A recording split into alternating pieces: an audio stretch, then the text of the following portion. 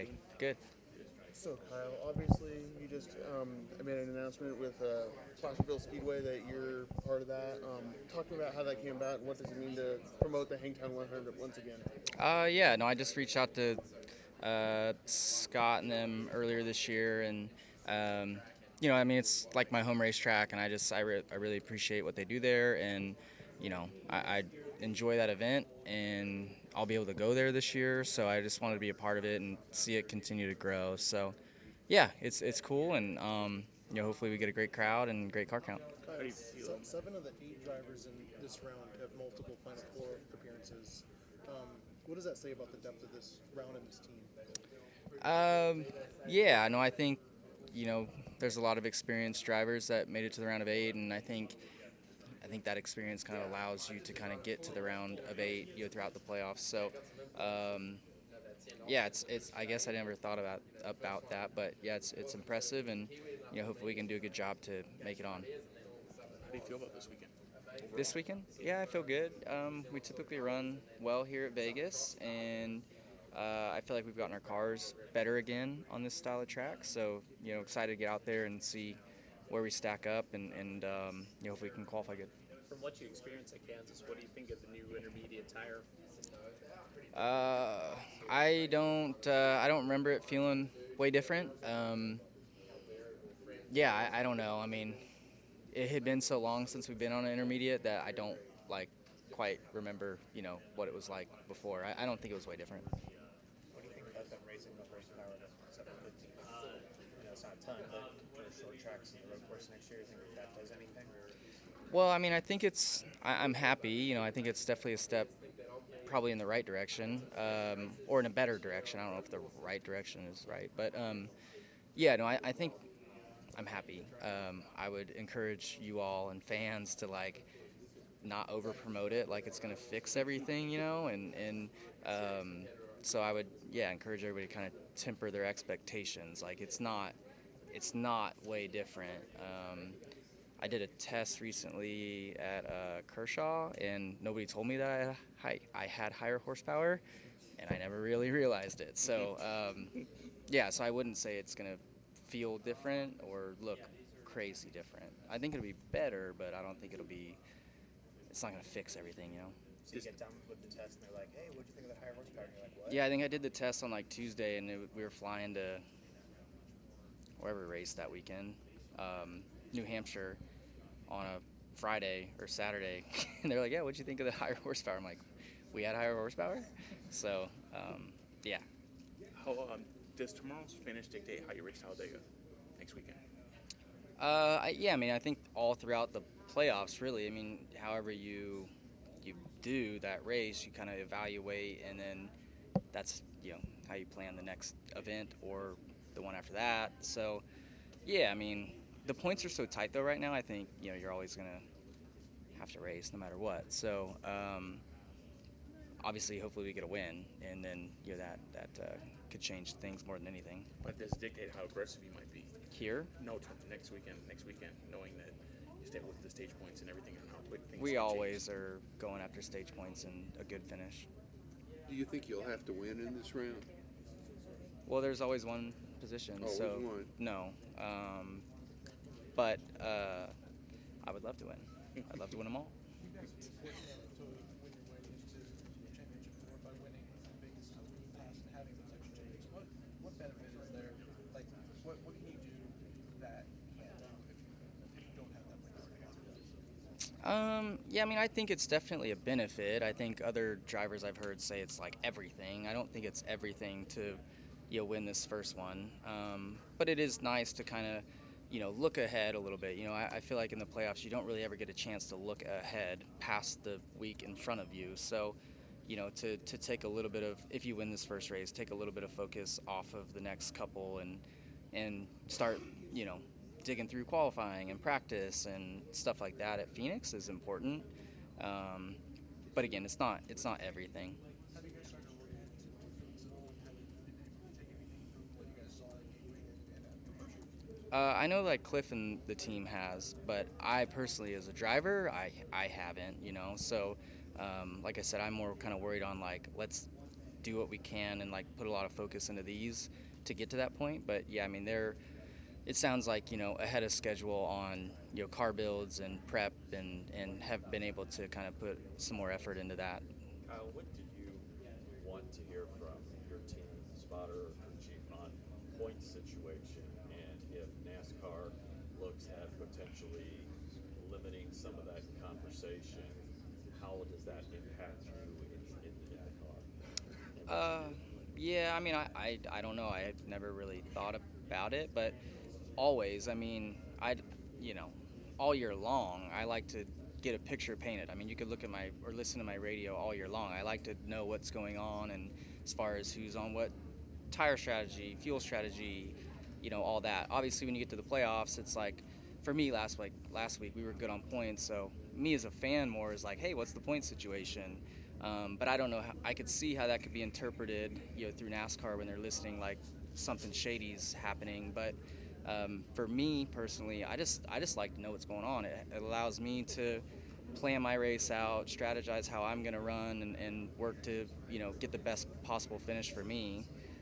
But yeah, I mean, there's been a lot of talk and a lot of drama around it, the last few years with team. I don't even know if orders is the right term, but you know what I'm talking about. So yeah, I see how it's a little sticky, but yeah, I don't know. I don't really know how you police it quite fully, because there could be good intent or no intent or bad intent, whatever, and you never really know how it's interpreted. Do you think you have last week, Denny could have made the choice of like, hey, I don't pass Ross in order to keep Joey out, thinking that it helps my chance for a title. Is it where's that in the world of shady, or is that like, since he's trying to help himself, is that Yeah, okay? Like, I don't know. I don't know the right answer for that. I would think that you could argue both sides of it. Like I mean, he's maybe not even he, but anybody in that situation, maybe isn't giving it 100%. But then the flip side of that, like you mentioned, like he is giving it 100% to what's going to benefit their season. So, yeah, I don't know. I don't really know. Do you think you have a chance? Go ahead. Sorry, no, I didn't. I was just gonna ask about Talladega. Like, are you, when they put it in this round, are you like, come on, or does it not matter where it's? Yeah, I don't know. I mean, I really don't know. I mean, part of me kind of likes it in this round, because there's less guys that can win it, where if it's in the round of 12, like there's more guys that can fluke into a win and make take a spot away from getting in the round of 8.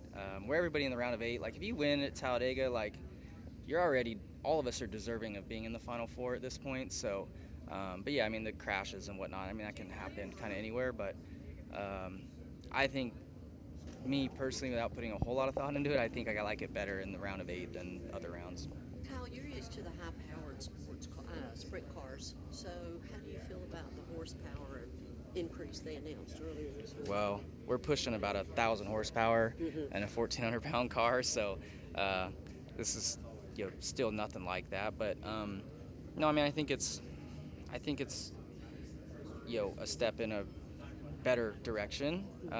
But as I told them, I hope you guys don't like promote the shit out of it like it's gonna fix everything, because it's not way different. Do you think you have a chance of winning most popular driver, and do you know how the process works? I don't really know how the process works. I feel like in the real world it's much closer than what the result poll will probably show come that point. But no, I mean it'd be awesome, obviously, to win that award, but it's not a big deal either. 4 years into driving the next gen race car, when you look at the garage, do you think this style of race car, which driver it's helped the most having to adapt to this style, and who do you think it's hurt the most driving this race car, having to adapt to what it takes to drive it? I mean, the easy answer would say it's hurt Kyle Busch the most, but he's gone to another team since then. I mean, I guess he got the 1 year at Gibbs, but yeah, I would say, it's hurt him the worst. But I would say it's benefited, William Byron. It's benefited Ryan Blaney for sure. And again, all that can be circumstantial, but it's a little bit different driving technique, but it's still a race car. So and it's still a stock car on a pavement track where your equipment has to be really good. Just wanted to ask about your sponsor for this weekend at Brown Band at the Sphere. Have you had an opportunity to go see any of the shows with you here? He hasn't started yet. I think that's in December. Yeah, December. So we're trying to plan to get to his show then. So yeah, I went to the Eagles, last year, so I know how awesome it can be. So yeah, I really want to get there. And yeah, the race car looks really cool this weekend. I got to meet him back at Chicago. So yeah, I'm working to get there. And at the Sphere, I know you can understand what the technology is like since you have experience at Eagles there. What would you think about if NASCAR were to bring some kind of experience there? Because they have run a few things over at Cosm in LA, which is like it's like a little Oh, really? stepchild. And they had a showing or a viewing party for the Daytona 500. Could you see something like that happening at the Sphere as well? Sure. I mean, yeah, why not? Like they've done a lot of cool things. So yeah, I mean, I could see anything there would be a great experience. So yeah, I would love to see it. Kyle, obviously you checked out the Raiders this week. You saw the Chiefs a few weeks ago. What have your experiences been like checking out these NFL practices, and what did they think of it? The cross promotion of seeing what you do and you seeing what they do. Yeah, I mean, it was really cool to go see both facilities and kind of see the difference in them. The Raiders one is much newer and modern than the Chiefs, so just kind of seeing how similar but different it is was neat. The Chiefs, we were able to kind of be there for the practice. We caught the tail end of the practice for the Raiders, but their facility, I mean, it obviously is new and modern, so it's like massive and really cool. The gym was really nice, and it was just, it was neat to see the facility. And then also, do you have any update on when we may be getting a new high limit schedule for next year? Is that in the works, you think?